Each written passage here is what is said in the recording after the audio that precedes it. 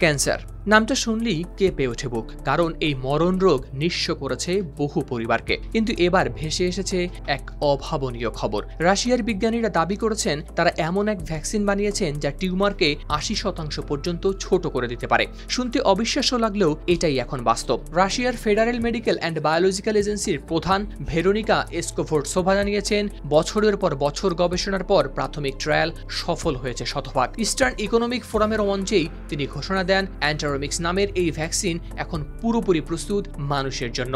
রুশ বার্তা সংস্থা তাসের প্রতিবেদনে প্রকাশ পেয়েছে এই তথ্য।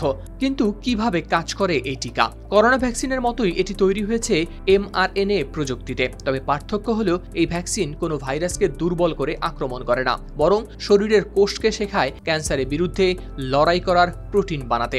সেই প্রোটিনই পরে আঘাত হানে ক্যান্সার কোষের উপর। ট্রায়ালে দেখা গেছে বারবার ডোজ দেওয়ার পরও হয়নি কোনো ক্ষতি, বরং অনেক রোগীর ক্ষেত্রে টিউমার সংকুচিত হয়ে গেছে ৬০ থেকে ৮০% পর্যন্ত।